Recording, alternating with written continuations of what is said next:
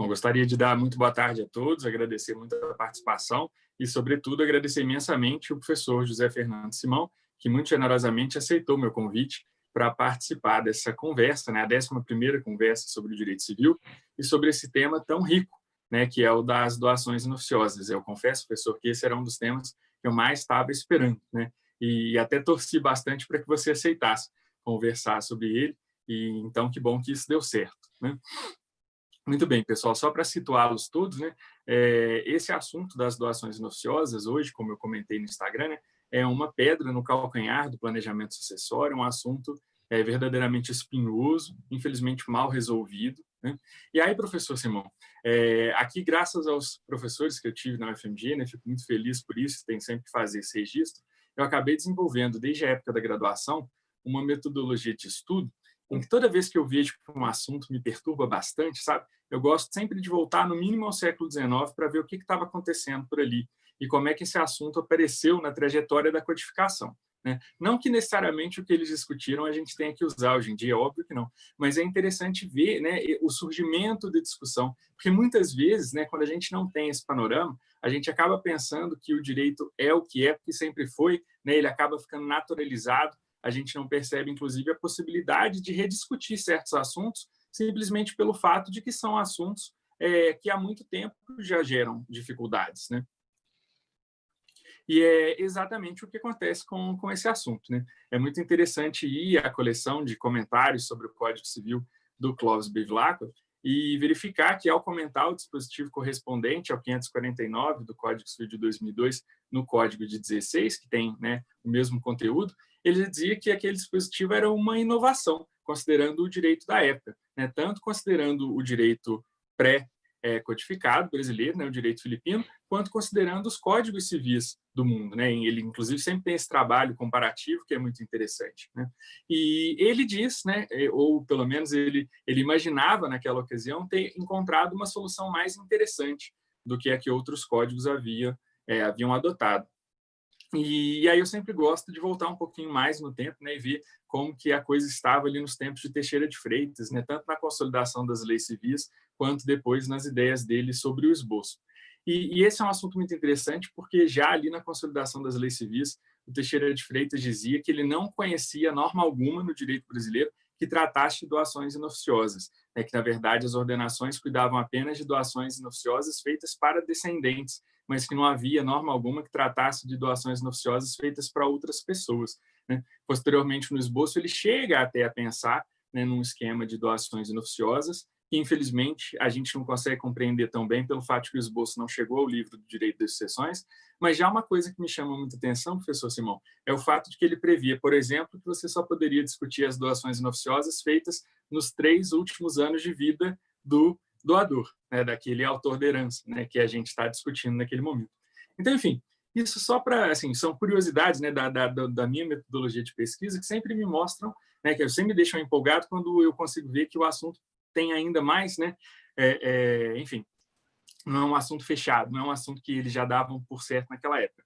E apesar de o Clóvis Bevilacqua, né, como eu sempre admiro demais o Clóvis Bevilacqua, né, ele diz ali que teria conseguido, né, o Código Brasileiro um sistema melhor, um sistema que evitava problemas que os outros códigos traziam. Eu acho, professor, que o que a gente viu, né, com todo o tempo de vigência do Código de 16 e posteriormente hoje, né, com a vigência do Código de 2002, o que a gente conseguiu ver é que, na verdade, o assunto não ficou bem resolvido, né? Que talvez a gente tenha conseguido evitar problemas que outros códigos tiveram por conta da sua respectiva disciplina, mas que a gente ficou isento de problemas, né? Definitivamente acho que não ficamos, né? São vários os assuntos muito complicados, né? E, enfim, então, o objetivo dessa conversa é que a gente troque uma ideia sobre esses assuntos. Como eu sempre digo, né, eu sempre fico aqui muito mais curioso para ouvir os convidados do que propriamente para falar, mas, enfim, acabo fazendo intervenções, sou muito empolgado, ainda mais com esse assunto, né, mas realmente, primeiramente, gostaríamos muito de ouvi-lo, professor. E eu acho que alguns pontos, né, necessariamente que vão ser mencionados seriam a questão das doações sucessivas, né, esse é um ponto que me parece que a gente precisa resolver no direito brasileiro, né, para que possa haver segurança das pessoas, né? Já se falava em segurança lá nos comentários do Teixeira de Freitas, a consolidação das leis civis, já se falava em segurança lá nos comentários do Clóvis Bevilacqua, ao Código Civil de 1916, e até hoje a gente continua buscando essa segurança perdida, que a gente ainda não conseguiu encontrar, né? E, sem dúvida, que em se tratando da disciplina da doação inoficiosa no direito brasileiro especificamente, um outro ponto que a gente não pode deixar de tocar é a questão do momento em que você poderia discutir as doações inoficiosas, se você já poderia fazer isso em vida, se você teria que esperar a morte do doador, e hoje, né, hoje a questão do prazo, né, se haveria prazo ou não para que a gente pudesse pleitear eventualmente a restituição do excesso, né, da doação. Então, professor, já passo a palavra de antemão, mais uma vez agradecendo muito a sua generosidade e, enfim, muito ansioso para ouvi-lo. Muito obrigado. Obrigado, Felipe, pelo convite, muito obrigado pela chance de conversar sobre direito civil e pelo que eu vejo das suas observações iniciais, que me agradam bastante. É o direito civil raiz, né? Não é o direito civil Nutella, ou seja, que a gente começa o direito civil pelo direito civil e não além do direito civil, não é o direito civil que é o meta-direito civil, é o direito civil voltado para o direito civil. Eu não escrevo uma linha sobre nada, sem fazer uma leitura. Primeiro, do Clovis, os comentários. Tem edições em 6 volumes pequenos, ou em 2 grandes, ou até uma única. Eu tenho aquela em 6. No escritório, aliás, temos 2, uma minha e uma do Nazar. Então, eu vou primeiro para o Clovis. Depois, eu leio simultaneamente ao Clovis João Luiz Alves, a obra em 3 volumes, porque João Luiz Alves é um sujeito que tem o projeto Clovis e o projeto Câmara lado a lado, ou seja, você consegue entender o que a Câmara dos Deputados mexeu em termos do projeto Clovis, que viria a desembocar no Código Civil de 2002. Eu volto sempre para as ordenações, porque as ordenações foram as leis mais longevas em matéria civil no Brasil. Elas vigeram de 1603 a 1917, porque o Código 16 teve um ano de vacatio legis, portanto, 316 e 14 anos. Matemática não é meu forte. 314 anos, portanto, muito mais que o Código de 16, que vigiou de 1917 a 2003, quando entrou em vigor o Código de 2002. Eu vou ao Teixeira com Grano Salles, porque eu vou ao Teixeira em caso de dúvida sobre a interpretação das ordenações, porque as ordenações únicas, fiáveis de consulta, pela sua longevidade, é aquela edição das ordenações com os comentários de Cândido Mendes.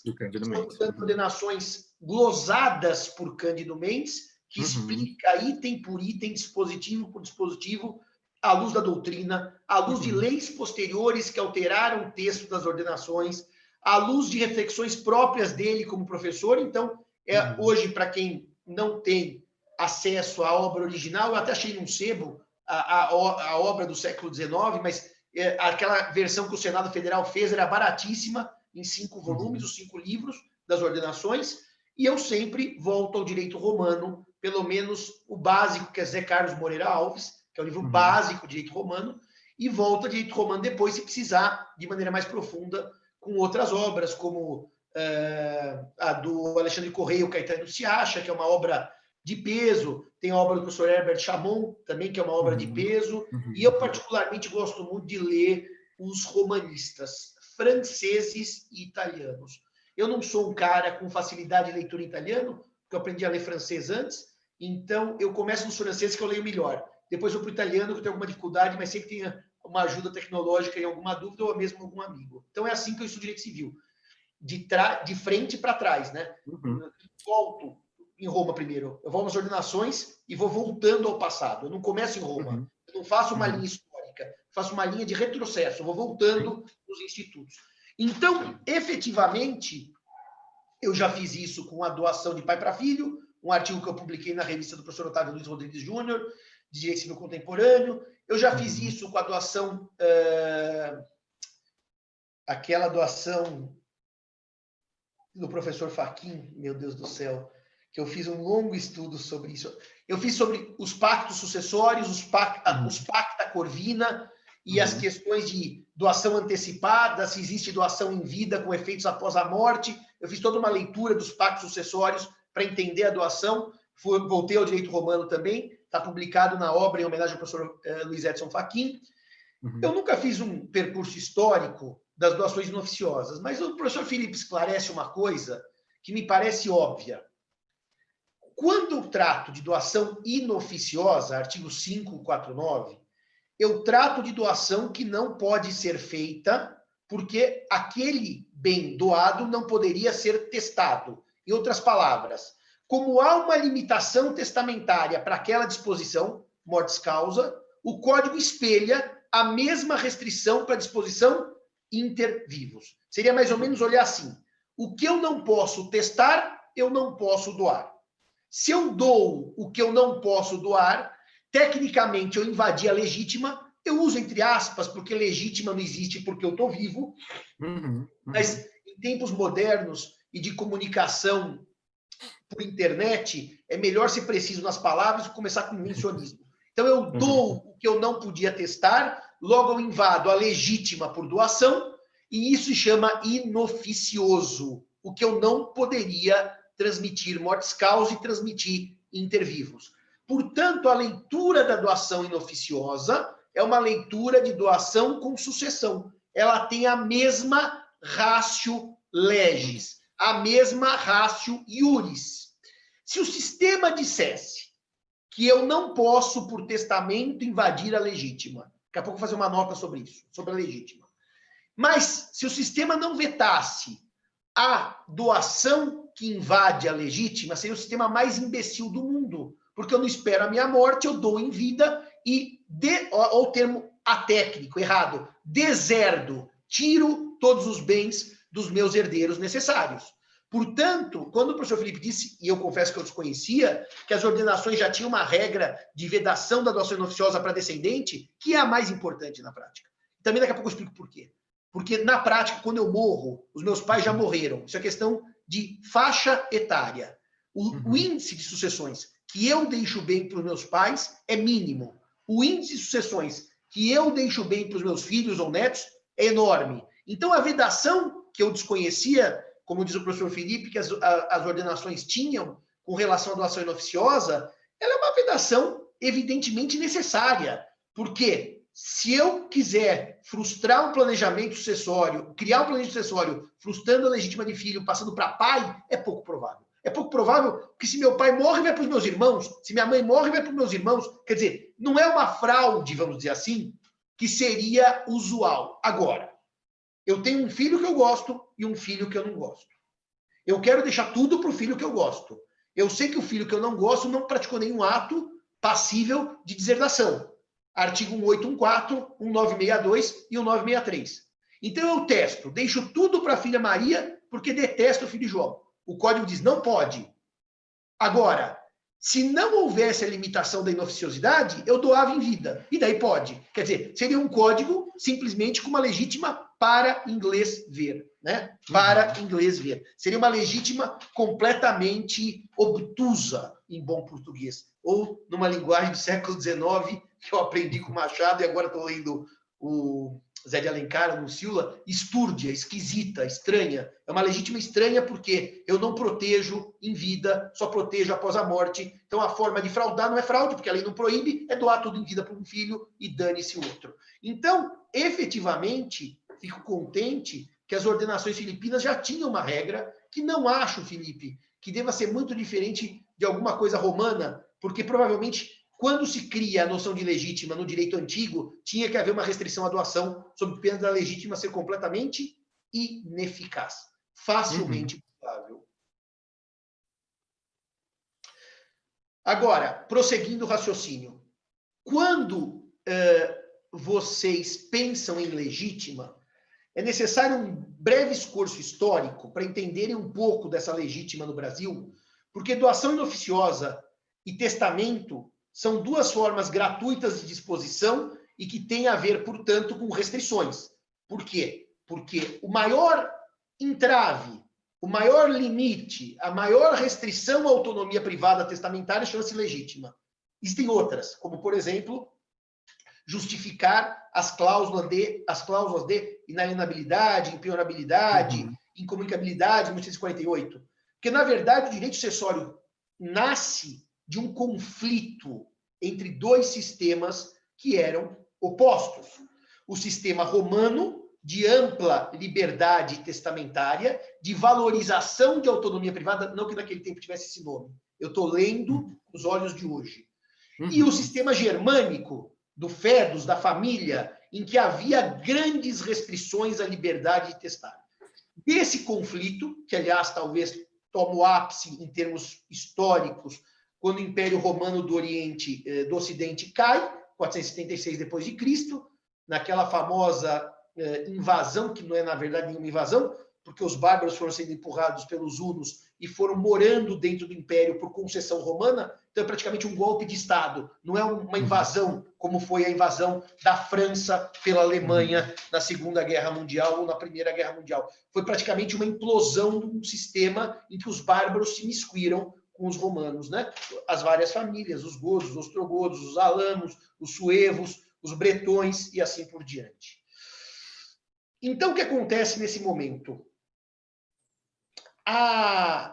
Nesse choque de liberdade versus autonomia, o sistema sucessório opta por contrabalançar, dando autonomia, por isso que eu posso testar, se a autonomia fosse zero não existiria testamento, era só sucessão legítima, só que a autonomia vai encontrar uma peia, um limite, que chama-se legítima, a porção indisponível, a porção que eu não posso entrar, a porção que eu não posso invadir. E ela existe em favor dos herdeiros necessários, chamados pelos nossos irmãos portugueses e pelos países da África que se inspiraram no Código Civil Português, de herdeiros legitimários. Aliás, eu acho que necessário só ficamos nós no Brasil. Os outros todos chamam de legitimários. E essa proteção, no Brasil, ela nasce com a seguinte carinha: herdeiros necessários, só descendentes, filhos, netos, bisnetos, trinetos, etc., e ascendente, pais, avós, bisavós, trisavós, etc. Não havia outro herdeiro necessário no sistema jurídico das ordenações. A legítima vem para o Brasil com um valor fixo de 2/3 dos bens do disponente. Portanto, a legítima era maior do que hoje. Em 1907, com a Lei Feliciano Pena, aliás, ela é, se não me engano, o decreto 1859 de 1907, é de dezembro. Feliciano Pena altera as ordenações e, aliás, mineiro, como o nosso hostess, o convidante, e ele altera as ordenações com duas mudanças relevantes. A primeira é que ele reduz o valor da legítima, que vinha de 1603 a 1907, portanto, 304 anos, para 50%. É o que Bevilacqua copia no projeto, e a legítima até hoje é 50%. E a segunda alteração não tem a ver com a aula de hoje, então é da sucessão legítima, que ele põe o cônjuge à frente dos colaterais. Então isso não tem a ver com o tema de hoje, eu vou parar por aqui nessa nota. O código copia Feliciano Pena, a legítima é mantida em 50%, a legítima é mantida em favor de descendentes e ascendentes, porque são os únicos herdeiros necessários na vigência do Código 16, até que vem o Código 2002. E daí gera alguns problemas. Primeiro problema, o cônjuge acresce, o cônjuge passa a crescer o rol de herdeiros necessários. 1845 do Código. Ou seja, o que antes era descendente e ascendente, como era desde os tempos imemoriais, agora não. Temos um terceiro incômodo, que é o cônjuge. E por que um terceiro incômodo? Porque depois de 2003 a 2020, 17 anos de vigência do Código Civil, eu posso dizer para vocês que a sociedade brasileira não gostou dessa mudança. As críticas são muito mais ácidas e ásperas do que os elogios. Portanto, professor, eu conheço quem gostou, eu também conheço. Eu, inclusive, gostei, porque eu achava importante da proteção ao cônjuge. Só que eu acho que errou de medida, tá? Depois eu até posso discutir por quê. Agora, porque criou o cônjuge como ele é necessário é a concorrência, quer dizer, foram dois tiros muito fortes, mas também é da legítima, não é o tema da aula de hoje. Mas por que eu estou trazendo isso?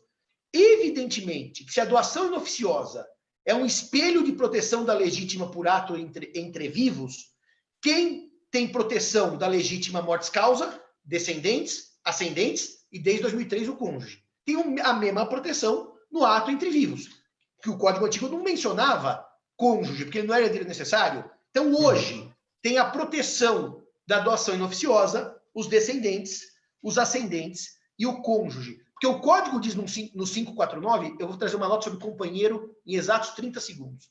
Nula é também, e daí vai ter a ver com as perguntas do professor Felipe, a doação quanto à parte que exceder a de que o doador, no momento da liberalidade, poderia dispor em testamento. Quer dizer, Nula é a doação do que eu poderia dispor. Leia-se, se eu não tiver herdeiros necessários, nunca se discutirá em oficiosidade. Nunca, porque eu tenho liberdade testamentária plena. Ou seja, se eu só tiver herdeiros facultativos, que são os colaterais, irmãos, primos, tios, sobrinhos, tio avô, sobrinho neto, primo irmão, bom, aí eu posso fazer o que eu quiser. Então a limitação aqui é em proteção dos herdeiros necessários, descendentes, ascendentes e cônjuge, como é a da legítima. Uma segunda nota importante, para começar o tema e passar para responder as perguntas do professor Felipe, é que com a escalada valorativa da união estável a partir do texto constitucional de 88, e é uma escalada valorativa porque socialmente a união estável passou a ter prestígio e a doutrina passou a prestigiá-la. Não é só um prestígio doutrinário, nem só social, é uma soma. E a partir do momento em que a doutrina exalta a união estável e começa a ler o artigo 226, parágrafo 3º da Constituição, que diz que é protegida para fins de família a união estável, entre o homem e a mulher, toda aquela questão da homoafetiva que está superada, que obviamente que a união afetiva é família, então não vou entrar em detalhes. Mas nesse momento surge um debate, se o companheiro é ou não é herdeiro necessário. Então vocês imaginem, para fazer um planejamento sucessório, o Código Civil travou existindo o cônjuge, que virou herdeiro necessário onde não era. Olha a dificuldade. Nós tiramos a autonomia privada do testador ou do doador, que é o planejamento pode ser por doação ou por testamento. Além daqueles maiores como holding, mas aqui eu estou falando só dos instrumentos civis puros. Com uma discussão se o companheiro é ou não é herdeiro necessário, que toma outros ares, ganha outro fôlego, com a repercussão geral 809 do STF, que disse que o artigo 1790 era inconstitucional, está dito, e remeteu a sucessão do companheiro ao mesmo artigo da sucessão do cônjuge, que é 1829, isso também está dito. A doutrina se perguntou, bom, mas ficou tudo igual ou só um artigo? Então, a parte majoritária da doutrina, majoritaricíssima, e eu vou dar um exemplo de um só, podia dar de muitos, ou dois, vai, ou três, vai. Primeiro, um de Minas Gerais, em homenagem ao Felipe, que é o professor Rodrigo da Cunha Pereira, presidente do IBDFAN, que fala, aliás, o Rodrigo discorda. O Rodrigo diz que, aliás, eu vou dar duas opiniões majoritárias e uma minoritária. Deixa eu começar com as majoritárias. Majoritárias, Giseldo e Zeno. Giseldo Hironaca e Zeno Veloso. Que são os que dizem que o companheiro é herdeiro necessário. E com eles, uma penca de doutrinadores, inclusive esse filósofo. O professor Rodrigo é minoritário. Ele diz que o companheiro não virou herdeiro necessário. No que ele é acompanhado por Mário Delgado. Como isso aqui é um debate que ajuda os advogados, saibam que a doutrina que diz que não é herdeiro necessário. O problema é que o STF, quando disse que o 1790 era inconstitucional e não disse mais nada, foi instado a fazê-lo por embargos de declaração do IBDFAN e daquela outra associação que eu não falo o nome porque aquilo para mim não é associação. É uma coisa horrível. Eu detesto aquela associação. Já disse isso em público, detesto as teses, não gosto do jeito que eles pensam, acho que é uma série de preconceitos. Então ali não é pessoal, não. Não é que eu não gosto de pessoas, eu não gosto de teses. E o direito de não gostar de tese é inalienável. Eu não gosto de tese. Tá? Como, aliás, eu tenho que fazer uma nota hoje que o politicamente correto começa a discutir se tem que derrubar ou não a estátua do Borba Gato em São Paulo. São discussões que são tomadas de uma maneira rasa por pessoas que são massa de manobra, que não têm compreensão da história.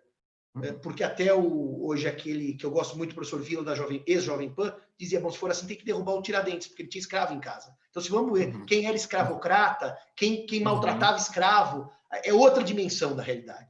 Isso não quer dizer que eu gosto de maltratar seres humanos, que eu acho que é lindo ter escravo, e que eu acho que é bonito ter preconceito. Eu acho tudo isso um horror. Mas eu acho que reler a história é de uma burrice tão grande que a gente quer apagar, fazer de conta que não ocorreu. Quando ocorreu. E tem que ter o dado histórico para saber como evitar e como ir dali para frente. O dado histórico não é para assim, que alegria que nós somos escravocratas. É que triste que fomos. Agora, apagar a história é o maior erro que a humanidade está querendo por causa de um movimento burro. Burro. Tá? Mas, dito isso, eu volto aqui na história, que eu já não sei onde eu estava. Eu estava dizendo, então, que o companheiro, para a maioria, vira herdeiro necessário, apesar de o IBDFAN e essa associação, que eu não gosto das ideias, terem, por embargo de declaração, provocado o Supremo, que responde, eu não decidi isso ainda. Não foi tema. Então, ele não diz nem sim nem não. Mas, apesar do Supremo não ter dito nem sim nem não, ele foi interpretado como dizendo sim pela doutrina, e no STJ tem 2 ou 3 julgados, em que incidente, tanto, não na ração, não na parte dispositiva da decisão, diz, inclusive, o companheiro herdeiro necessário. Então, já há menções, já há um clima no STJ para se reconhecer o companheiro como herdeiro necessário. Portanto, esse é o primeiro disclaimer do nosso assunto. Doação inoficiosa e testamento vão ter a mesma limitação, que é a legítima. E hoje, no Brasil, essa limitação é, com certeza, em favor de descendentes, em favor de ascendentes, em favor de cônjuge e, muito provavelmente, em favor de companheiro.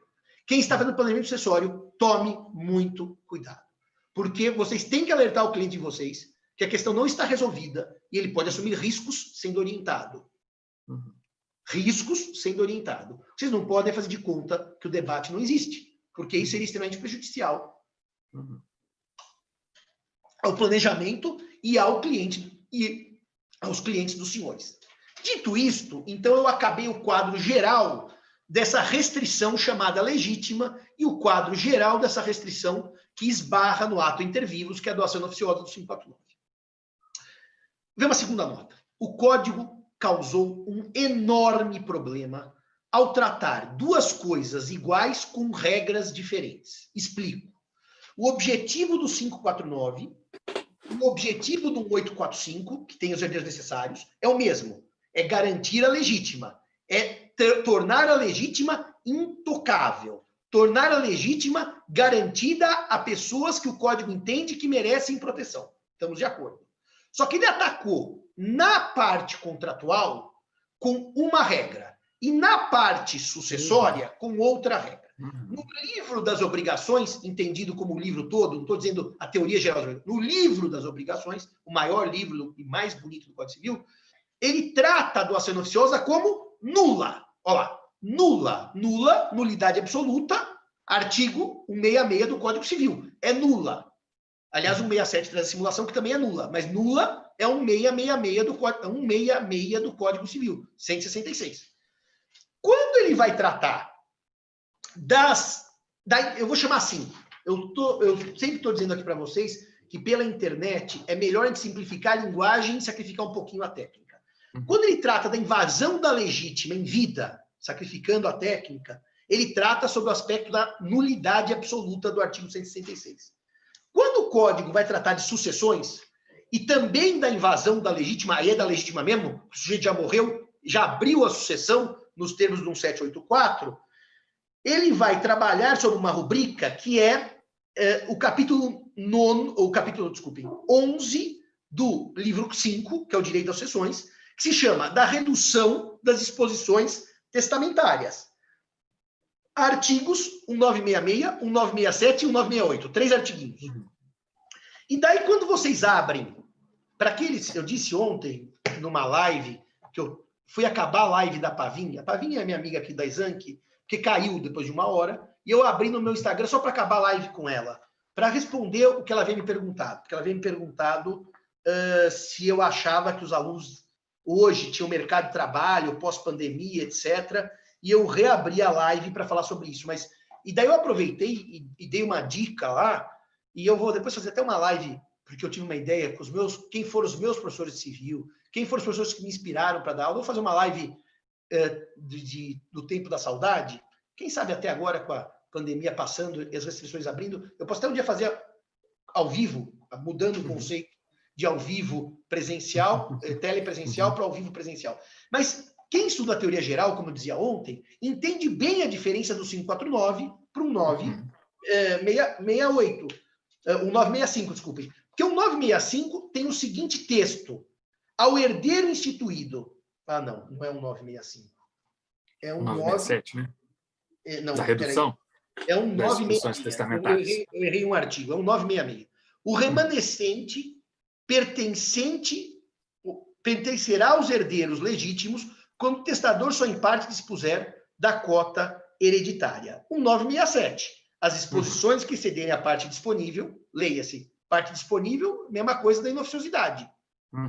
Invadiram o que eu não podia testar, reduzir-se-ão pelo limite, aos limites dela. Ou seja, eu apago o que invadiu a legítima no testamento. Eu apago o que invadiu a legítima na doação. Só que aqui se reduz pelo plano da eficácia. Lá se reduz pelo plano da validade. E como nós que gostamos da parte geral, eu até postei no meu Instagram, JF Simão, 2 páginas de uma obra do professor Junqueira, que tinha uma frase dele que eu procurei por anos, porque quando eu fiz concurso de ingresso na USP, a prova que eu apresentei como aula teórica, a banca, composta e presidida pelo professor Antônio Junqueira de Azevedo, era sobre conservação do negócio jurídico.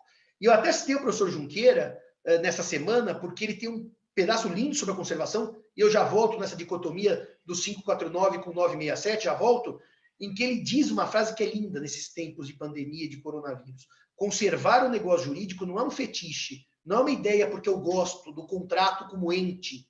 Eu adoro a compra e venda, não porque eu reconheço a importância da compra e venda do João com a Maria. Eu reconheço a importância do mútuo do José com o Pedro. Não é porque eu acho o mútuo lindo ou a compra e venda linda e o direito fala vamos conservar porque o contrato é lindo. Ele não diz com essas palavras, ele é mais técnico. Ele só diz vamos conservar porque o contrato é útil, é importante, é relevante. Então, voltando aqui na teoria geral. Leiam Francisco Amaral, por exemplo. Para mim, a melhor obra de teoria geral até agora é do Amaral. Lendo a teoria geral do Amaral, vocês percebem que, inspirada na ideia ponteana, existem aquelas ideias clássicas que o meu querido amigo professor Tartucci desenvolveu, ele e a professora Giselda, a partir da tal da escada, a criação é dos dois, em que os planos do negócio são 3 pontos de Miranda, e eles desenvolveram uma técnica docente, que eu diria didática, de dividir em degraus de uma escada. Primeiro degrau, o plano da existência, segundo degrau, o plano da validade, terceiro degrau, o plano da eficácia. Se um negócio tem os elementos de existência, que são aqueles mínimos que compõem o suporte fático, aqueles mínimos, partes, objeto e vontade e forma aqui no mínimo da forma, qualquer forma. O negócio existe. Então, para o nosso debate aqui do 549 e para o nosso debate do 967, o problema começa no segundo plano. Porque a partir do momento que eu tenho a certeza que o negócio existe, porque se eu chegar à conclusão que o negócio é inexistente, o que inexiste é o nada, é o vazio, o inexistente não pode ser inexistente nulo ou inexistente válido. Não pode ser inexistente nulo ou inexistente eficaz ou ineficaz. É uma contradição lógica de linguagem. O inexistente ou inexistente, é o vazio. Quando eu vou pensar no existente, então eu vou para o segundo plano, seguindo essa escada genialmente pensada pelo professor Flávio Tartucci e pela professora Giselda Hironaka, o que acontece então? Eu pergunto se o negócio vale ou não vale, se ele afronta ou não afronta as normas. E daí, se ele afrontar as normas, ele pode afrontar normas gerando anulabilidade ou nulidade absoluta. A distinção entre quais hipóteses são de nulidade e de anulabilidade é tema dos mais espinhosos, porque se vocês lerem o artigo 166, tem os negócios jurídicos nulos, as hipóteses. Se lerem o 171, tem as hipóteses de anulável. Mas, na verdade, quando eu dou aula sobre esse tema, eu digo assim, guardem uma informação que é uma meia mentira, logo uma meia verdade, mas é a única mais próxima da meia verdade do que as outras que são mais próximas da meia mentira. Quando o legislador escolheu nulo, é porque ele entendeu que afrontava a ordem pública, que o valor era coletivo, era um valor social que ele não queria que fosse atacado pelas partes. Por isso que se eu simulo, professor Felipe, uma compra e venda, para fraudar alguém, por exemplo, porque eu sou casado, eu quero tirar aquele bem do meu patrimônio para não entrar na partilha, eu fraudo a venda, eu não recebo nada por ela, é uma doação, no fundo, que está escondida. Evidentemente que isso interessa a sociedade. A simulação gera negócio jurídico nulo, artigo 67. Agora, quando, por exemplo, eu me caso em erro essencial contra a pessoa do cônjuge, lá no 1550, o 1550 traz todas as hipóteses e o inciso terceiro traz o erro e a coação. Depois desdobra num 558 e num 559. Mas, em linhas gerais, num 550, eu casei em erro. Bom, descobri o erro, mas estou feliz, deixa o casamento prosseguir. Não interessa a ordem pública. Casar irmão, interessa a ordem pública. É nulo por impedimento, infração e impedimento patrimonial do 1521 da consanguinidade. Então, quando afronta a lei, se bifurca o nulo e o anulável, o código acaba fazendo uma opção. E às vezes a opção parece só interessar os particulares, mas o código eleva a nulo, e às vezes parece interessar a ordem pública e o código eleva a anulável. Por exemplo, a simulação do código antigo era anulável, negócio jurídico simulado. parecia interessar os particulares. Eu gosto mais dessa tese. Só que o infraude à lei já era nulo. Então havia uma dicotomia. Hoje não. O infraude à lei imperativa e o simulado são nulos. Por que eu estou trazendo isso tudo, Felipe? Porque esse é o problema básico. Nós temos um dispositivo que diz que é nula, o que invade a legítima, a inoficiosidade. E nós temos depois, num segundo momento, quando eu morro, um dispositivo num 967 que manda ineficacizar o testamento. Há um erro muito comum no mundo jurídico das pessoas que acham o seguinte: eu tenho um filho, tá bom. Professor, ele é meu herdeiro necessário. Sim, é verdade, ele é seu herdeiro necessário. Professor, eu não posso fazer um testamento deixando tudo para a Santa Casa de Misericórdia de Santos. Não, não posso. Tem a legítima, posso fazer de 50%. Tudo eu não posso. Ah, então o senhor pôs tudo, é nulo o testamento. Não, não.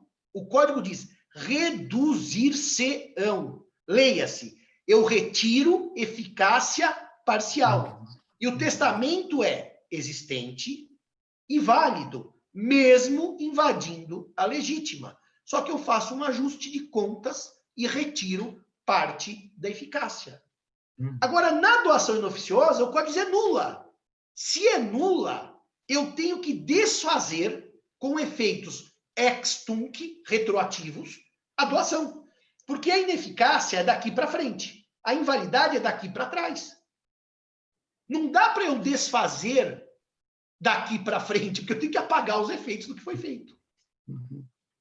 É verdade que na condição resolutiva, que é outro tema, não é nem de invalidade, eu posso manter alguns efeitos, mas isso não vem ao caso. Aqui nós temos que usar uma linguagem escorreita e fácil, porque a aula pela internet não tem que ter rococó, nem frufru. Agora, reparem no seguinte. Dito isto, se o código trata como nula a doação inoficiosa, mas como redutível, então vou usar o termo pontiano, ineficaz a disposição testamentária que invada a legítima, é muito mais fácil resolver lá na frente do que aqui atrás. Explico por quê. O juiz abre o testamento. Simão tem 2 filhos, mas deixou tudo para o sobrinho Antônio porque não gosta dos filhos. Reduz. Antônio tem metade, os filhos têm metade. Problema zero. Ele simplesmente, na hora de apresentar os efeitos do testamento, ele reduz, que é norma de ordem pública, e tira o vício da invasão da legítima. Só que na doação, como ela é nula, o juiz tem que declarar nula e voltar aos efeitos jurídicos de algo que já foi feito. Porque a doação produz efeitos entre vivos.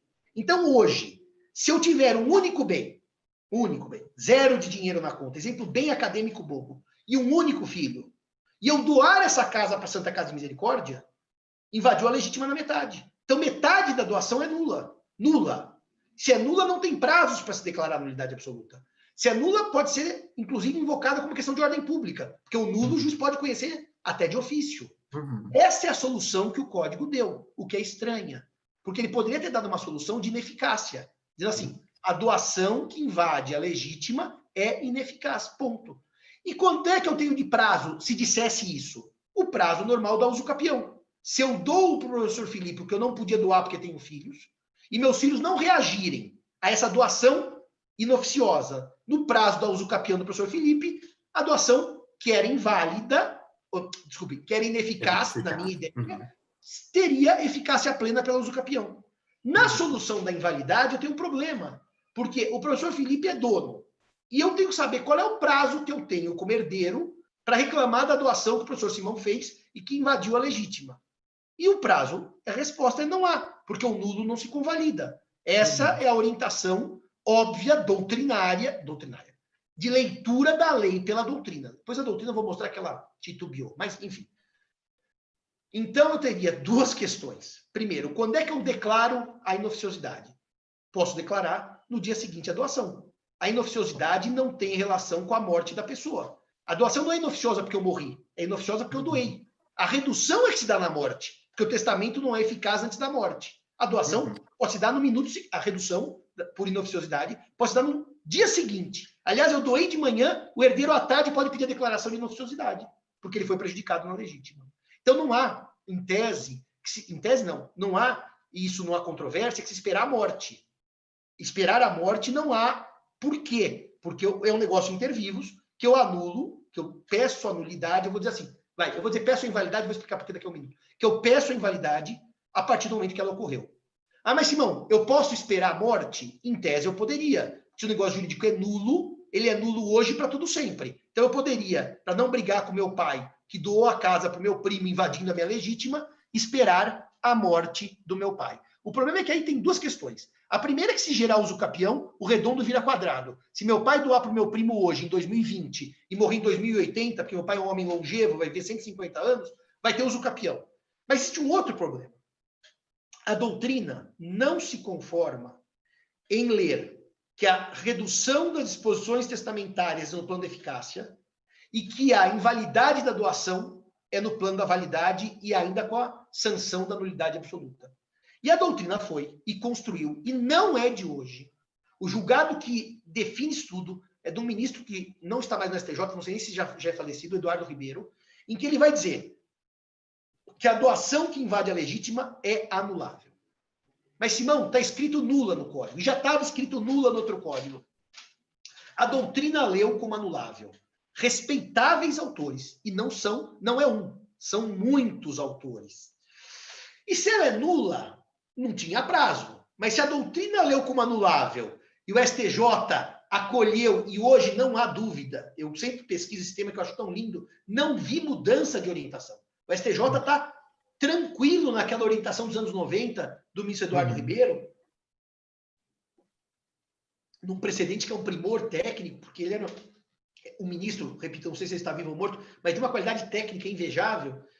O STJ diz, então, que é anulável. Bom, se é anulável, tem prazo. E qual é o prazo? Bom, se a lei diz que é anulável e prazo não há, deveria ser o prazo de 2 anos.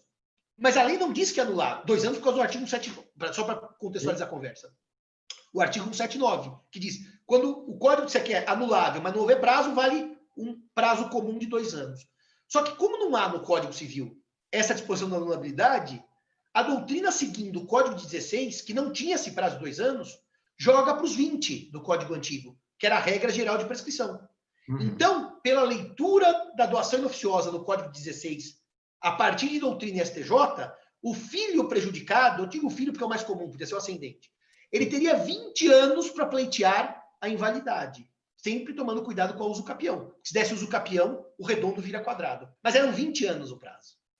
Como no Código 2002, o artigo 177 tem por correspondente o artigo 205, que não tem mais a regra dos 20 anos, sabemos todos que a regra máxima é de 10 da prescrição, com as exceções do 206, que traz, o 206 traz exceções aos 10 anos e, portanto, prazos inferiores aos 10 anos nos seus 5 parágrafos. O que acontece? O STJ lê agora como 10, porque lia como 20. Então, em tese, pela tese que se consolida no STJ com amplíssimo apoio doutrinário, aqui não é aquele caso que a doutrina diz A e a jurisprudência diz B, aqui a doutrina diz A e a jurisprudência diz A. Os dois estão no mesmo sentido, o prazo seria de 10 anos. Contados quando? Quando da doação. Quando da doação.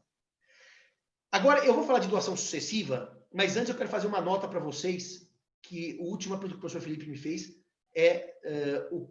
a primeira era o prazo. Então, é 10 anos. 10 anos contados da doação. Anulabilidade e não nulidade, como lê o Código Civil. A segunda questão é que as pessoas me perguntam assim, professor, tem como fazer um planejamento sucessório sem fraude, prejudicando um filho? Sem fraude. Eu não quero fazer subterfúgio, esconder bens, mandar bens para paraíso fiscal? Tem sim. Você pega, hoje, mais uma vez exemplo de manual, que pode ser aumentado depois para o resto. Você tem 2 apartamentos no mesmo prédio de mesmo valor, o 51 e o 52. Mesma metragem, mesmo valor. Só tem isso.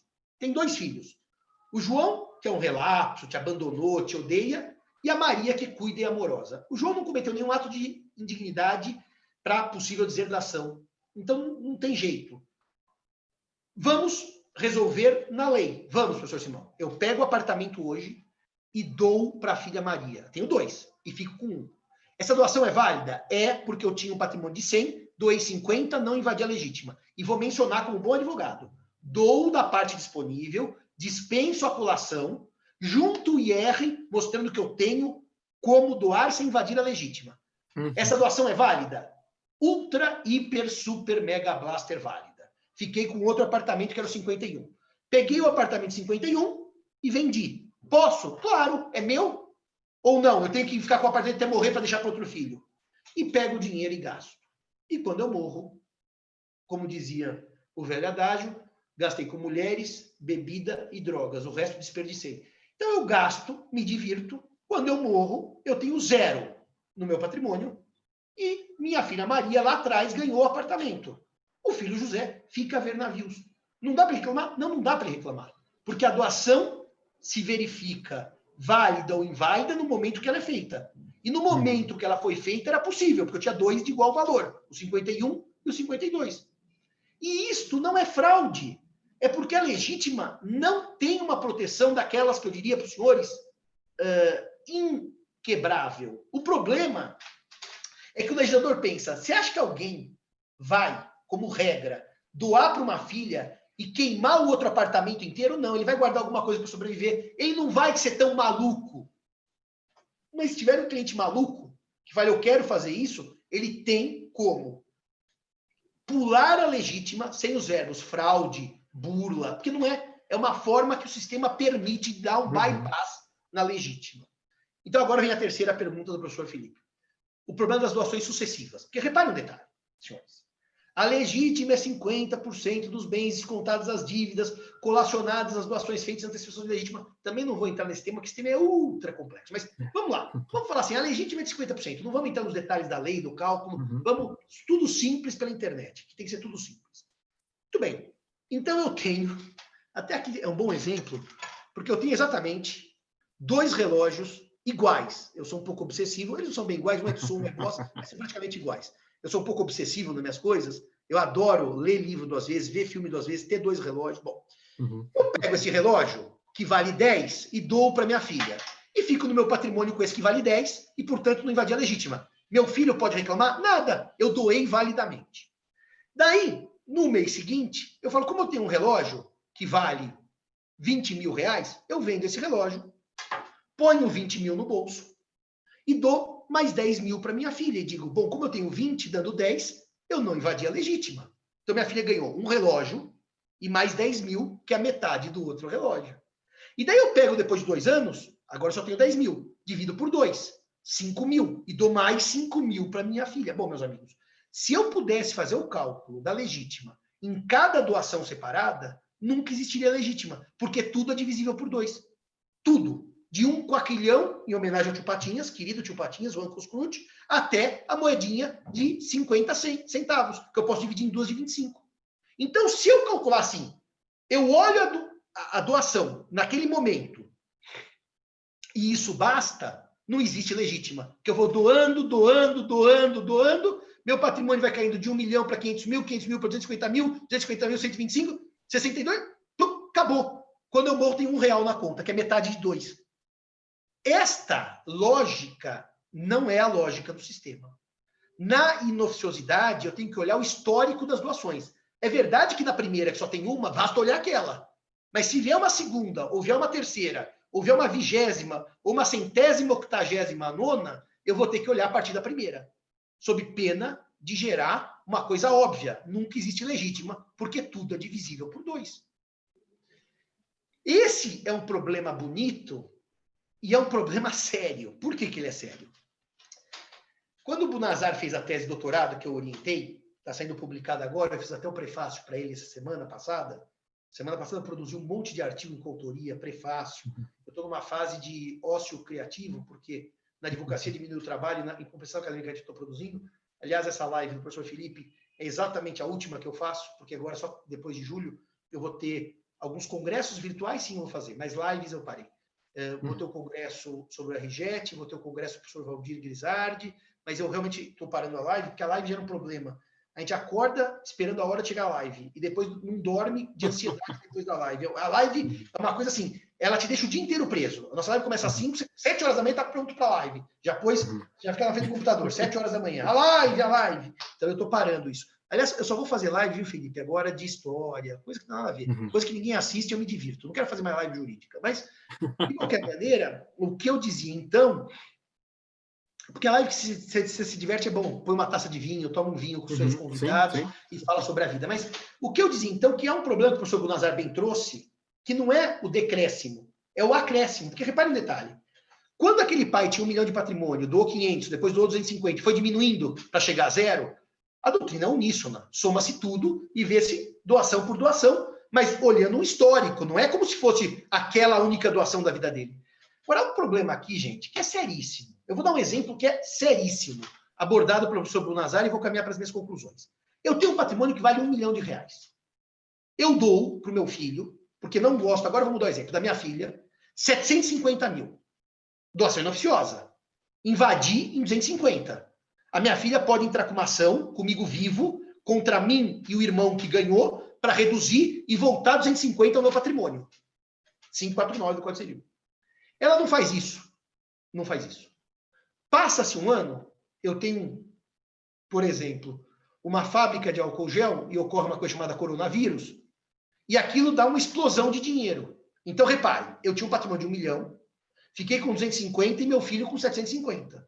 Só que, de repente, com a pandemia, eu tinha 250 no meu caixa, eu passei a ter 15 milhões no meu caixa. Meu caixa explodiu. Eu sou um homem rico. Aliás, comprei outros imóveis, fiz investimentos em bolsa. Reparem, eu disse que a doação inoficiosa é nula no momento em que eu faço a doação. E ela nasceu nula, porque eu tinha um patrimônio de 1 milhão, doei 750, só fui titulado 500. Só que na hora que minha filha, prejudicada pela doação inoficiosa, entra com a ação dizendo vamos desfazer, eu junto meu imposto e falei, filha, sabe aqueles 250 que eu dei pro seu irmão, que eu não podia na época? Hoje é peanuts, é amendoim no meu patrimônio. Eu tenho um patrimônio de 5 bilhões. Esquece isso daí. Se o juiz seguisse a lei, olha o problema disso, ele tem que anular. Declarar nula, ou anular segundo a orientação da STJ. Declarar nula pela lei, ou anular segundo a orientação da STJ. Por quê? Porque eu invadi a legítima. Só que como é que, Felipe, eu posso defender que eu vou ter uma solução dessa, totalmente, que eu diria, cartesiana, sendo que meu patrimônio hoje é de 1 bilhão e que 250 mil não faz nem cócega? Quer dizer, como é que eu posso defender um direito civil que é tão legalista a ponto de não compreender a teleologia da norma? Então eu entendo, e aqui sigo, entendo. Eu orientei o Bunazar e sigo a tese dele, não entendo nada. Eu sigo o que diz o Bunazar, que não há como se aceitar a literalidade da lei para que haja, o que eu diria, uma invalidade. Quer seja pelo texto legal por nulidade absoluta, quer seja pela leitura da STJ da doutrina por anulabilidade, se a teleologia era não invadir a legítima. E se eu invadi naquela época, mas hoje eu tenho patrimônio à larga para cobrir a invasão. Não me parece lógico que um sistema jurídico que tem como regra a conservação, como um macro princípio, como um princípio fundante, que aliás em latim eu amo esse princípio, utile per inutile non viciatur. Viciatur escreve com T, vitiatur, porque o T faz som de C. Mas não fala em vitiatur, que é latim de 8ª categoria. É latim de boteco. É utile per inutile non viciatur. Como é que eu vou defender, então, que a literalidade da lei se aplica se eu tenho patrimônio à larga? Me parece que tem razão do Nazar. Não se aplica, o negócio é tido por válido e, portanto, eu vou ter a compensação daquilo na hora da morte. Se houver antecipação de legítima, ou se não houver, há um dinheiro a mais mesmo para um filho que cabia na disponível. Só tem 2 leituras. Se houver antecipação de legítima, na morte iguala-se. Se não houver e aquilo cabe na disponível, um filho fica com mais que o outro. Porque é disponível, como diz o nome, é disponível. Até para dar mais para um filho do que para outro. Portanto, não há nenhum mal em um filho ter mais que o outro. Respeitada a legítima, essa também é uma outra discussão. Os filhos têm que ter tudo igual. Não tem que ter tudo igual. A igualdade patrimonial está na legítima. A disponível eu posso dar sim para um filho. Tanto que, terminando as minhas observações, quando eu oriento clientes, diz assim, professor Simão, tem aquele filho que me adora, cuida de mim, tem aquele outro filho relapso, vou deserdar. Eu falo, não faça, porque é tão difícil deserdar, deixa disponível para aquele que cuida de você. Porque, no fundo, o outro vai ficar com raiva, porque perdeu para o irmão, e o irmão vai ficar compensado sem uma briga de invalidade do testamento, por causa de cooptação dolosa da vontade. Meu irmão enganou o papai. Não. Ponha disponível e põe assim, estou deixando que cuidava mais de mim, estava mais presente e merece. Então, eu tenho feito essa orientação de não optar pela deserdação, que ela é, primeiro, números clausos, segundo, difícil, e terceiro, tem que ser provada após a morte. Gera uma nova ação de provar a deserdação. Então, não vale a pena tecnicamente, vale mais a pena dar a disponível para um só filho. E como eu posso dar para um só filho a disponível, eu também posso dispensar a colação e fazer diferença. Essa é a minha leitura em apertadíssima síntese do artigo 549 do Código Civil. Maravilha, professor Simão, maravilha. Estou aqui encantado, né? Pena que o tempo é tão curto, né? Fiz aqui várias notas mentais, vou ver se eu consigo lembrar de tudo para comentar muito rapidamente aqui para a gente não exceder o tempo. Mas, pessoal, você sabe que o primeiro motivo pelo qual eu pensei nessas conversas foi justamente essa minha vontade constante de ter discussões raiz de direito civil, sabe? Por isso a ideia era reproduzir aqui uma conversa de cafezinho ali de um horário de intervalo de aula ou de intervalo de palestra, né? Os meus amigos, os que convivem comigo, sabem que eu sou assim, né? Lá no Milton Campos, eu ainda tenho a oportunidade de conviver com a diretora, que é professora também de direito civil, então, todo intervalo que a gente está discutindo esses aspectos que a gente chama de raiz. Eu gosto dessa expressão que você usou também. E, professor, eu tenho achado, sabe, assim, muito, né, que início de carreira ainda, mas eu tenho achado que nas últimas décadas o direito civil, do ponto de vista existencial, se desenvolveu bastante. Há muitos temas, há muitos avanços, né? Mas, paralelamente, eu acho que talvez as questões patrimoniais tenham ficado muito prejudicadas, sabe?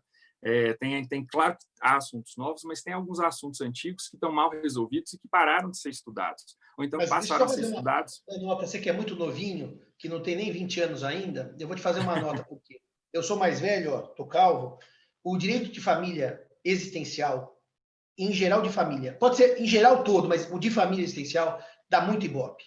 E como os professores se transformaram em digital influencer, em celebridades, dizer se na comunhão parcial comunica ou não comunica tal bem, ninguém vai querer te seguir no Instagram para ouvir isso. Então, o problema aqui é que o direito pessoal de família, e civil em geral, mas o de família é gritante, entre tratar de uma adoção por casal homoafetivo ou tratar de participação no final dos aquestos, o que te dá mais seguidores? Então, os juristas deixaram de ser juristas. Eles são hoje midiáticos. Aliás, como o STF também vai para a mídia com uma frequência que eu não via nos anos 90, por exemplo. Isso não é crítica, é uma constatação. Mudou o perfil. Eu, como ainda acho, Felipe, que eu prefiro os meus 19 mil seguidores e ainda falando um pouco de literatura, um pouco de história e também de direito, que eu amo direito civil, mas eu acho mais legal a gente discutir coisas interessantes. Eu ainda prefiro esse estilo mais assim, de velho, né? Vamos chamar assim, porque eu sou velho, tenho 46 anos, mas estou com 86 de cabeça. Apesar que é engraçado, né? Eu nasci mais velho e estou mais novo agora, mas assim, eu continuo idoso, né? Então eu gosto mais dessa ideia. Portanto, essa é a resposta à sua pergunta. Por que será que o direito patrimonial fica tão abandonado? Porque não dá ibope. Mas, curiosamente, eu tenho que dizer também aos nossos ouvintes que eu, professor Flávio Tartucci, professor Rodrigo Toscano de Brito, estou dando 3, não quero ser injusto, tem muitos outros, mas estou dando 3 porque me vieram à memória. Nós estamos hoje capitaneando o direito de família as questões patrimoniais de frente, ou seja, nós estamos enfrentando isso como se deve.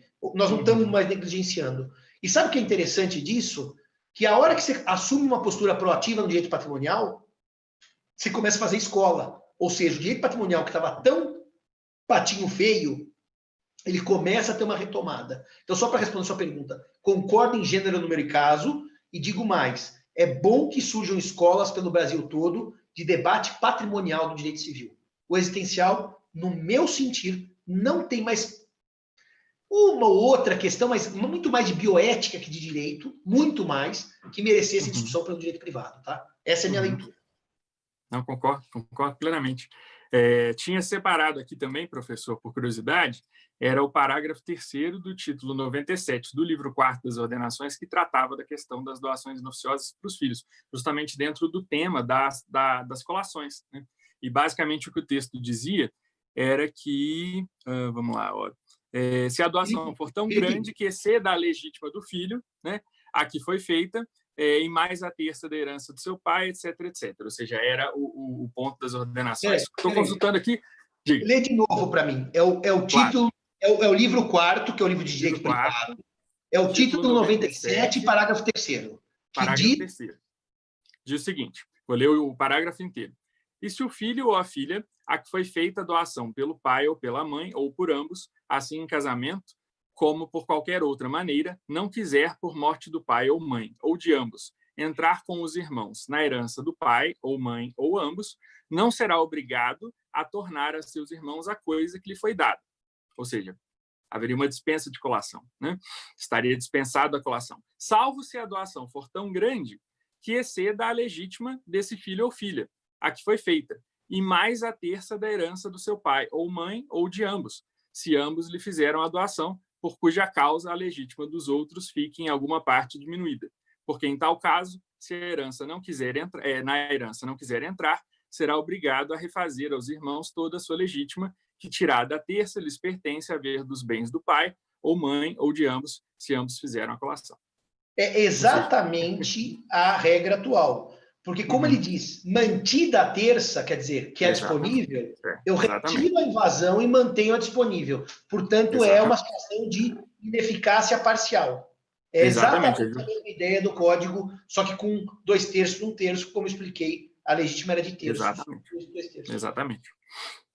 E aí, então, assim, nossa senhora, tinha tanta coisa para falar aqui, deixa eu selecionar o que vai dar tempo, né? Mas eu tive a experiência muito interessante, professor, de ter pesquisado no mestrado e no doutorado história da codificação. Então, para mim, foi muito interessante essa questão de ver as discussões de projeto de lei, sabe? Porque eu sempre penso que o que se discutiu no passado pode ser discutido novamente no presente.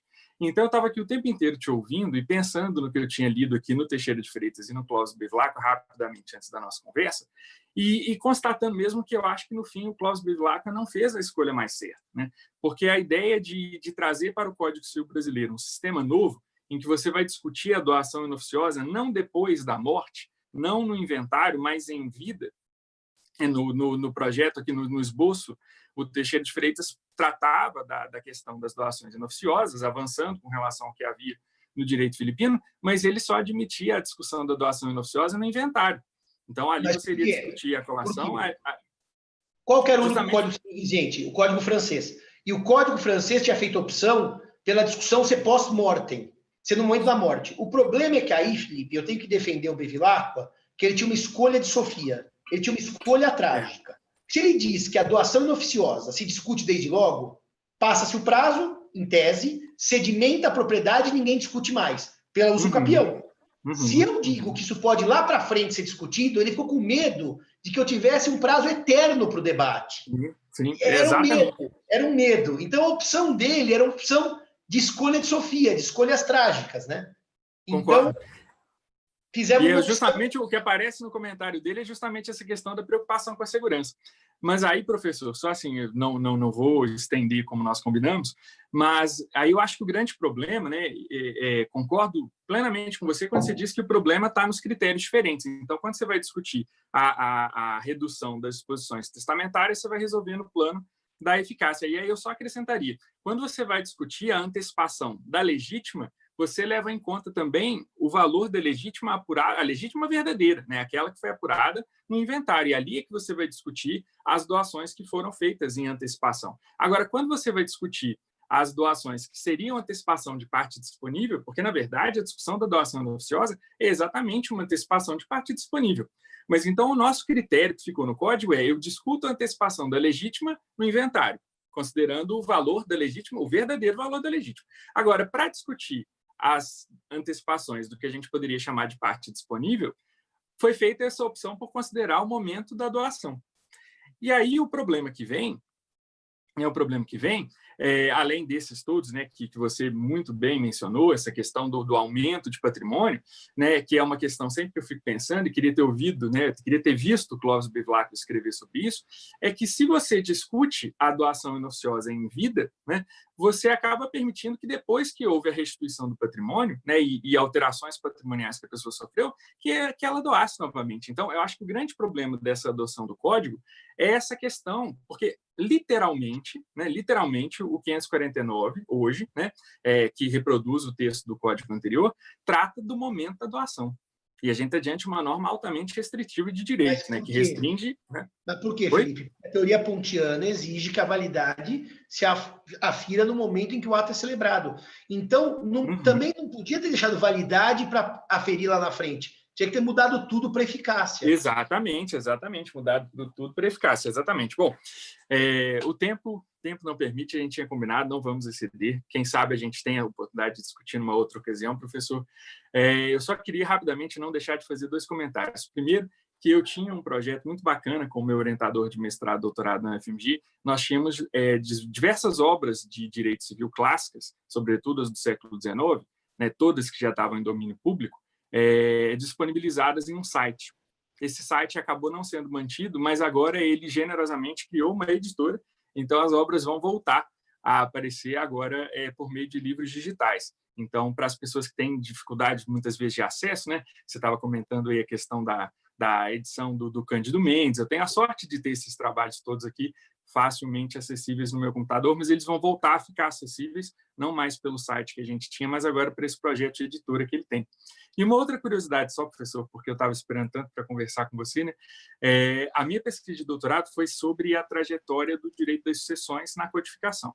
E a pergunta exatamente era se tinha havido contribuições do Felício dos Santos para o direito das sucessões, para como o direito das sucessões ficou no Código Civil de 16.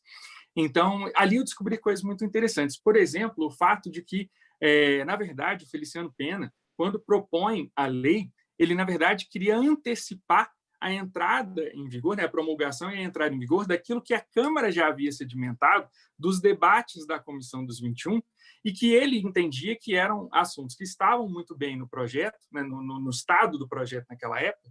E aí, o que é muito curioso é que justamente a mudança da ordem de invocação hereditária tinha sido trazida para o projeto do Código por sugestão do relator da parte do direito das sucessões, que era inclusive senador por Minas, aliás, senador não, deputado, né? A gente está discutindo justamente a questão da Câmara.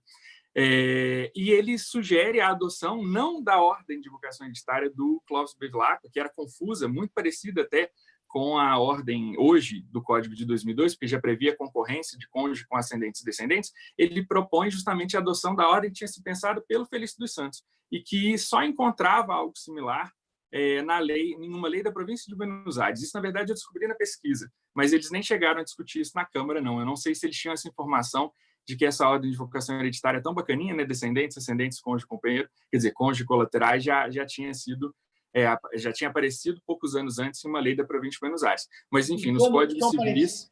Que você viu no seu doutorado. Quando eu fiz toda a leitura das sucessões, e eu tenho um trabalho para publicar, que o dia que publicar vai ser um trabalho bem legal, mas eu estou com preguiça, mas eu vou publicar, já tem umas 80 páginas, sobre direito luso brasileiro, que eu voltei nas ordenações todas e fiz toda uma leitura histórica. Você certamente viu na sua pesquisa uma coisa curiosa.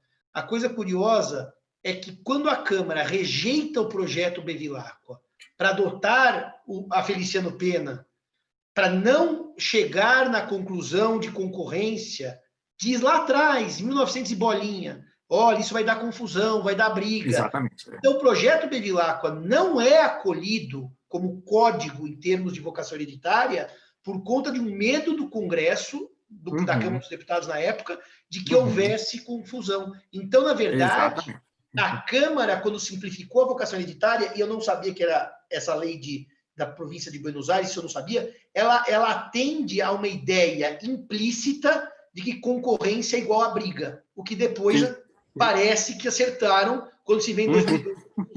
Uma segunda nota importante, já que nós estamos falando de história de sucessões, e eu tenho um estudo histórico bastante bom, mas não profundo como o seu, quando eu fui estudar a concorrência dos descendentes de segundo grau com os de primeiro grau pelo direito de representação, a gente dá aula e sempre diz assim, se todos daquela linha desaparecerem, os da linha seguinte são chamados por direito próprio.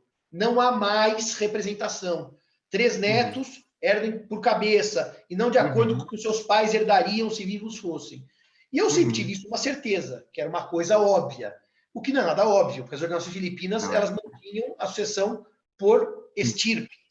Exatamente. E o que eu apurei depois é que eu achei aquela obra, não sei se aí na UFMG tem, na faculdade tem, é um conjunto de 7 livros das emendas trazidas pelos deputados ao Código de 16, e um senador chamado Afrânio alguma coisa, um deputado chamado Afrânio alguma coisa, diz assim, vamos seguir a regra do projeto Coelho Rodrigues, e não a regra das ordenações.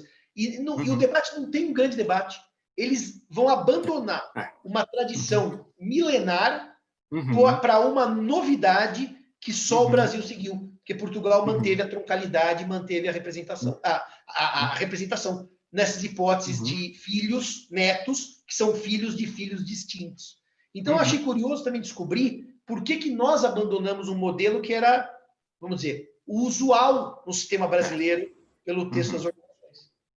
Não, exatamente, professor. Eu tenho a felicidade de ter essa coleção que você se referiu aqui em casa. Ela está aqui na minha frente, inclusive, aqui na minha estante de obras antigas. E foi a principal fonte de pesquisa para que eu pudesse concluir a tese, né? Primeiro, comecei precisando estudar direito filipino, o trabalho da consolidação e depois, obviamente, estudar muito o projeto do Felício dos Santos para entender as ideias que ele tinha proposto, mas para depois saber se elas tinham ou não tinham gerado algum tipo de fruto no Código Civil, foi com o trabalho da Câmara, sobretudo. Do trabalho do Senado, pouca diferença houve no Código Civil. Aliás, eu não consigo lembrar de cabeça de qualquer que fosse. Eles chegaram a retomar a discussão da plena liberdade de testar, mas, enfim, já foi um debate menos arrefecido e que terminou mantendo o que a Câmara tinha aprovado, mas foi principalmente na Câmara ali, com a liderança do Alfredo Pinto, deputado por Minas, que muitas... E ali é que aparece exatamente essa discussão. E mandou seguir o Coelho Rodrigues e abolir a troncalidade das ordenações. Foi ele, Alfredo Pinto. Exatamente. Foi justamente ali que eu consegui comprovar a tese. Porque eu conseguia ver, olha, aqui realmente Alfredo Pinto sugeriu, vamos trocar o artigo do projeto Bevilacqua pelo artigo do projeto do Felício dos Santos, vamos trocar o artigo do projeto Bevilacqua pelo do Coelho Rodrigues. E assim fui vendo, alguma coisa que veio do Código Português, alguma coisa que veio de outro código, né? E aí, como te falei, a ordem de advocacia hereditária, eles copiaram do Felício dos Santos, sem qualquer referência à lei da província de Buenos Aires, e o próprio Felício dos Santos também não parece tê-la conhecido. Então, parece que houve essa coincidência. Então, eu acho realmente que houve mérito aí do Felício dos Santos nessa ordem. Mas, enfim, professor, eu estou preocupado, já são 6h15, a gente tinha combinado que não ia passar de 1 hora, né? Eu vou ficar sempre muito ansioso por ter uma outra oportunidade de conversar, né? Porque eu sei que eu também acompanho muito a sua atuação no Instagram, vejo lá essa questão cultural toda, sempre curto, acho muito, muito bacana. E agora eu tenho essa empolgação muito grande por esses temas do direito e sei que você tem também, então seria muito bacana a gente ter outra chance de conversar. O Marcelão está aí. Marcelão está aí embaixo, vendo aqui, eu vejo o nome dele, Marcelo Matos. O Marcelo Matos, é verdade. Marcelão, vulgo Marcelão. Ele está aqui. Marcelão está aqui, ó. Belíssima conversa, um grande abraço aos amigos, poderia durar horas e horas. O Marcelão, ele é um homem que ele é onipresente, que ele está em todos os lugares ao mesmo tempo. Então, Marcelão, é sério, o Marcelão está em todos os lugares. Amanhã cedo ele está na minha aula da USP. Então, Marcelão, fica um abraço a você aí, às Minas Gerais, e que logo, logo, passando esse coronavírus, eu possa voltar à sala Minas Gerais com o avô dele, que é o maior conhecedor de música erudita, para ver as belas exibições da Filarmônica, que são simplesmente fantásticas. Aliás, Belo Horizonte, São Paulo, nesse ponto, tem algo que só tem em Belo Horizonte, São Paulo, que são 2 casas de espetáculo para música erudita, que são absolutamente imbatíveis. Eu fui aí o ano passado, no IBDFAN, fui assistir ao concerto, estava lá, inclusive, o avô e a avó, e o Marcelão também estava lá. Espero que em breve eu possa estar aí assistindo belíssimas exibições na Sala Minas Gerais, que é um luxo, que é uma orquestra de primeiro mundo. Maravilha, professor. Bom, então, encerro, né, Thiago, agradecendo demais, assim, e não tenha dúvida de que queria render ainda muito essa conversa, tomara que essa oportunidade venha, porque sou um grande admirador, né? Fico aqui estudando e tentando aprender com vocês. Adoro a professora Giselda também, já tive a chance de conversar com ela um pouco mais, com o Flávio Tartucci um pouco menos, com a professora Giselda um pouco mais, e tenho essa admiração muito grande por todos vocês, né? Acho que a gente precisa aproximar esse contato, né? Mas, enfim, te agradeço muito e te passo a palavra só para que você possa se despedir, né? Agradeço mais o convite. uma vez. Falar de direito civil é sempre um vício. Como eu já escrevi em algumas linhas, meu vício desde o princípio, como diz a música. E o direito civil é o único ramo de direito que vale a pena estudar. O resto é firula. O resto é firula. Tributária para um direito de contador, que muda por portaria do INSS. Direito penal, hoje o Supremo destruiu. Não existe direito penal. Acompanhe o direito penal pelo Supremo, descubram se há direito penal. E nós continuamos com o direito raiz. O direito das categorias, o direito dos sumérios, da Babilônia, o direito grego, o direito romano. Então, estudem direito civil. O direito civil vale muito a pena. Aliás, estudar direito civil só pode trazer coisas boas para vocês. Se não dinheiro, pelo menos cultura geral. Porque é o ramo do direito mais sofisticado, mais elaborado e mais, no meu sentir, útil no dia a dia. porque direito penal, pouquíssimas pessoas se deparam, graças a Deus. Direito tributário, não tem o que discutir, é o que manda o Supremo. E civil é casar, é nascer, casar, juntar, morrer, divorciar, alugar. Então, o direito civil é tudo. O resto é resto. Muito bom, então, professor. Muito obrigado a todos que participaram e até a próxima, gente. Tchau, abraço, Felipe. Tchau, tchau. Tchau, tchau, abraço, professor.